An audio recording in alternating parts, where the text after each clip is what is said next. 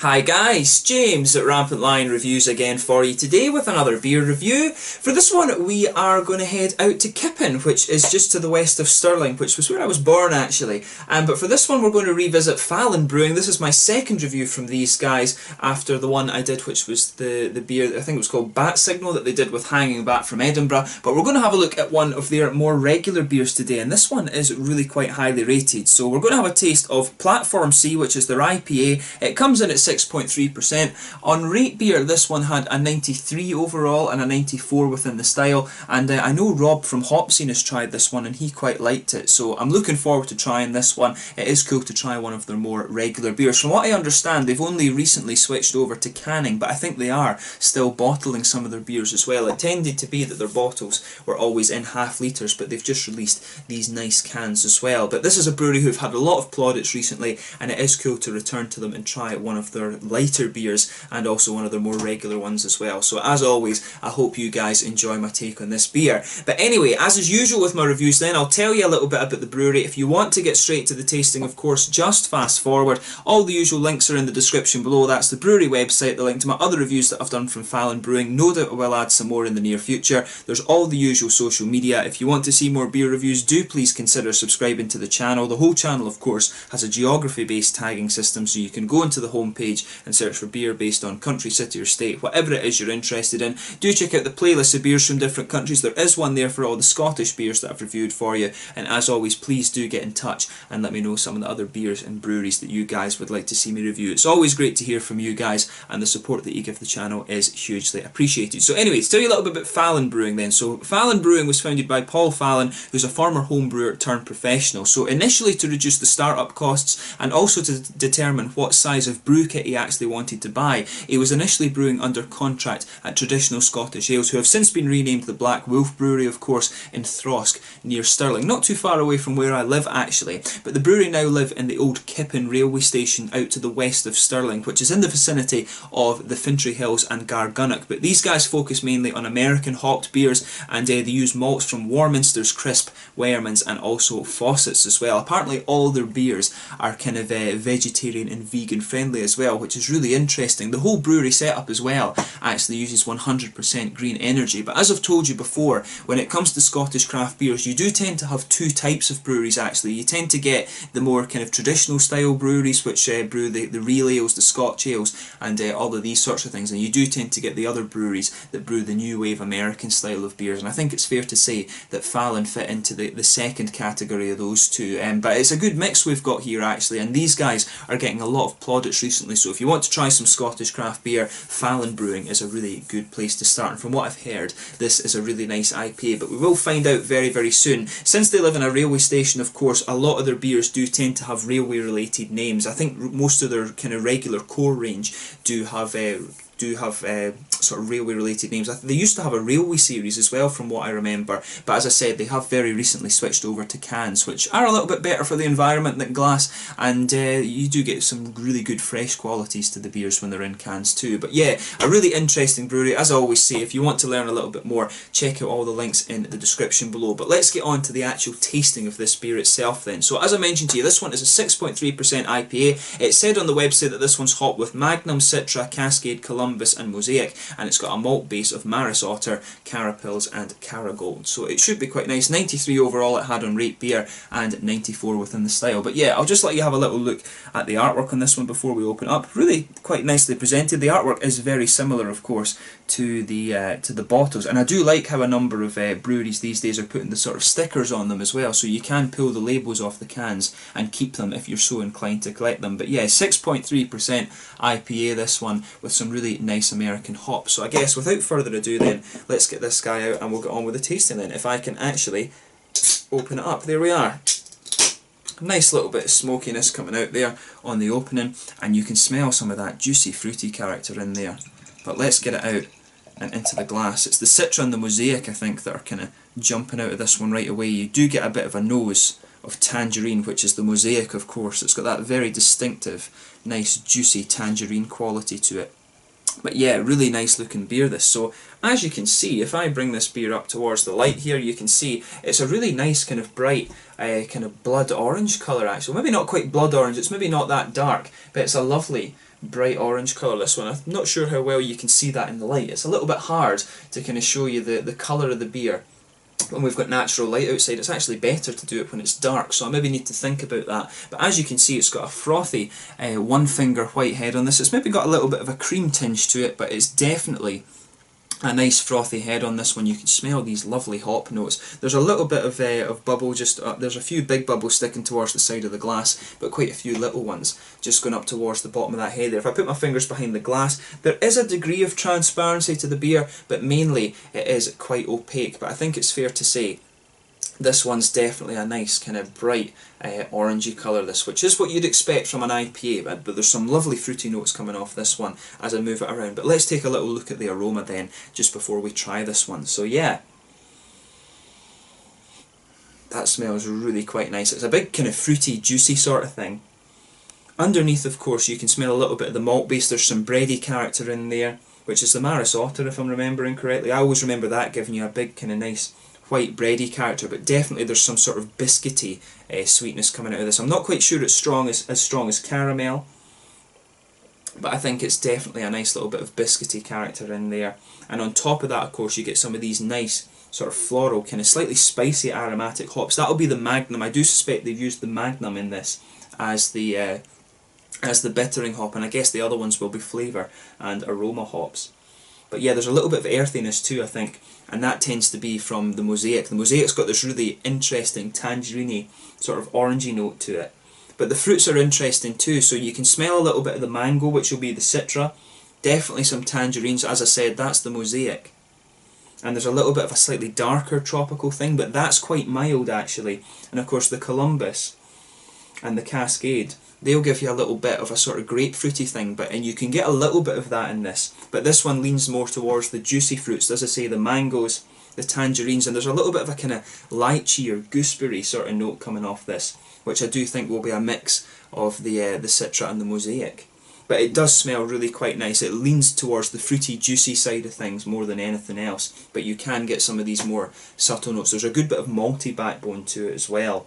But as I always say, just take a little bit of time and enjoy the aroma of the beer before you actually give it a taste. That's always half the experience when it comes to things like craft beer and sake and all of that. But yeah, let's give this beer a try then. So this one is the Platform C from Fallen Brewing over in Kippen, out to the west of Stirling here in central Scotland. Let's get stuck into this beer then. Slàinte.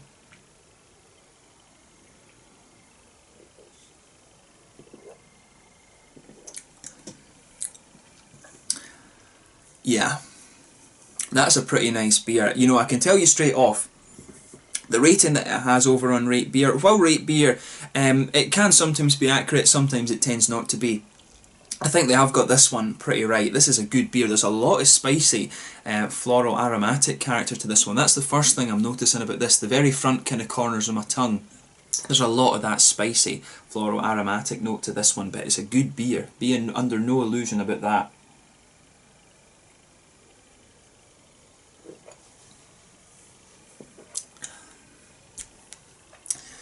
Yeah, I'm a bit disappointed in myself that it's taken me so long to get round to trying this one. But this was really nice, of course. One of the big IPA producers, some of the best IPAs I've had in Scotland, it was the Happy Chappy and the Rogue Wave from Cromarty Brewing Company, of course, and this one is definitely up there with those. I would say this beer is easily as good as those.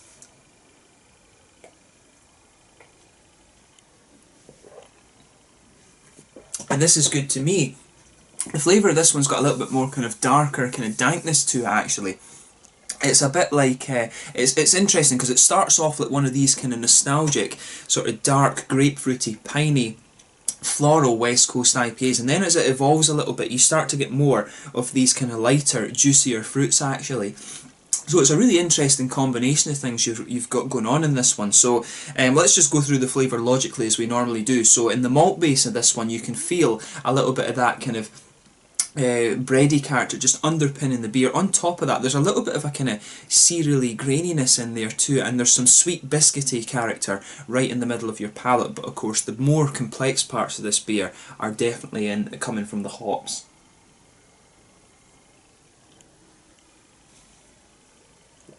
So yeah, as we always say, the hops come out around the edge of the tongue, so in the back corners of the palate there's a little bit of earthiness there. I do suspect that'll be a little bit from the Mosaic, but I remember that the Magnum can give you just a little bit of that. But as you come further forward, you can feel this, you get this nice floral character in it, and it is more of a spicy floral character in this one than a pine resin one, I would say. The Columbus can give you a little bit of pine resin, I think, but for me mainly, it doesn't quite have the darkness you'd expect for that. It comes across to me more as a spicy kind of floral character, and around the very front curve of the tongue, of course, you've got that slightly lighter kind of grassy note that all of these hops are going to give you.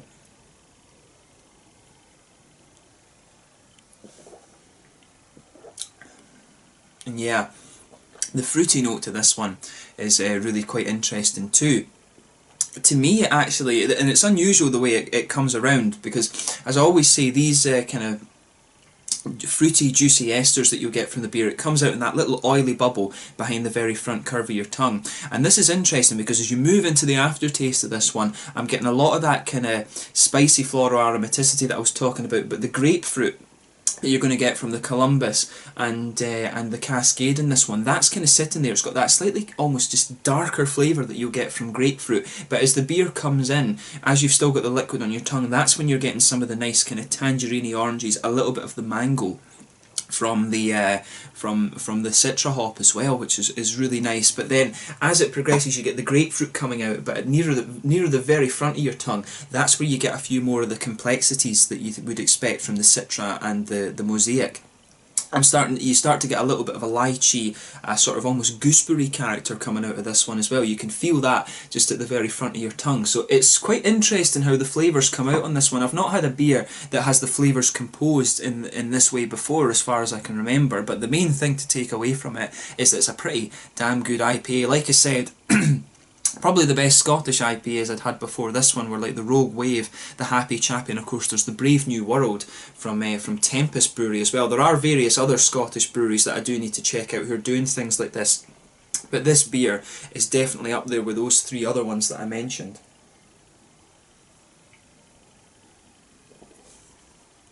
But yeah, this is really nice. I mean, I certainly wouldn't hesitate to drink this again. It would be lovely to try this on tap and see how it comes across. I'd be very interested, since I'm back in Scotland, of course, we've got these kind of pool cask things that don't have the same carbonation as the kegs that you're going to get. I think this beer would be really interesting to try on that because of the way the mouthfeel comes across. So if we move on to that then, the mouthfeel of this beer, I'd say this one's mid-bodied. It's got a very smooth carbonation to it, even when it's can conditioned, of course. It's leaning more towards the oily side of things, but it does have a little bit of creaminess to it, which is quite interesting, that actually. It's got a sort of oily, creamy mouthfeel that you're getting from this one. There's a good bit of bitter, hoppy character. There's some juicy fruits in there. As I said, it starts off with some of the juicier notes, then the grapefruits come out, it gets a little bit darker, and then as you move further into the aftertaste, you get a little bit of that kind of lychee, gooseberry kind of complexity that you'd expect from the Mosaic and the Citra. The malt base has got a little bit of sweetness to it, but to me it's more leaning towards the kind of grainy side of things. There is a little bit of dryness to the malt base there as well, and like I said, a good bit of kind of juicy fruity character. And the bitterness in this one, I think it was supposed to have 70 IBUs or something like that, so it does have that nice lingering bitter character, that floral aromaticity that I was talking about. But yeah, to sum up this beer, this one is pretty damn nice. I mean, the rating that it has on Rate Beer, the 93, 94, I think that's a good indicator of this one. It's easily as good as the likes of the Brave New World from Tempest, or the Happy Chappy and the Rogue Wave that you're going to find from Cromarty, and those were the best IPAs I'd say that I'd tried in Scotland before this one. But this one definitely goes into the kind of the top end of that as well. So if you like the beers that I've mentioned, you will enjoy this one, I'm sure. In terms of an IPA, this one, it's interesting because it leans a little bit more towards the kind of nostalgic side of the style, the sort of 2010 era where you had these nice kind of floral, spicy American hops, but it does have a little bit of the kind of newer complexity that you'd expect from some of the more recent IPAs as well. So it's got an interesting balance between the kind of old school West Coast IPA and a little bit of these kind of new wave hops and things like that are coming out. So if that sounds like it'll tick your boxes, then I'm sure you will enjoy this one. But the main thing to take away is that Platform C is a pretty damn solid IPA. 6.3%, you don't feel the alcohol in it, so this is a good kind of session beer. You could have a couple of these if you go out to the pub or something, but a really nice beer, and a big thumbs up once again to Fallen Brewing Company. So yeah, I'm sure I'll review more of their beers in the near future, but it's been really cool to go back and do one of their more regular beers, so hopefully it's not too long before I try another one of their regular beers too. But thank you once again for watching my beer reviews. Until the next time, please like, subscribe, share, all the usual YouTube stuff. Do check out my social media. I hope you've enjoyed my take on this beer. Let me know your own thoughts on it in the comment section below, and do let me know what your favourite beers are from Fallen Brewing as well. These guys are quite a prolific brewery, so if you're a beer tuber like me, it can be a little bit difficult to keep up to pace with exactly what these guys are doing, but pretty much most of the beers you're going to get from these guys will be a high standard. So if you want to try some Scottish craft beer, like I said, Fallen Brewing is a good place to start. So until the next time, it's Landed just now, and I will catch you guys very soon. Thanks for watching. Make sure you check out Fallen Brewing from Kippen out near Stirling here in Scotland. It's Landed just now.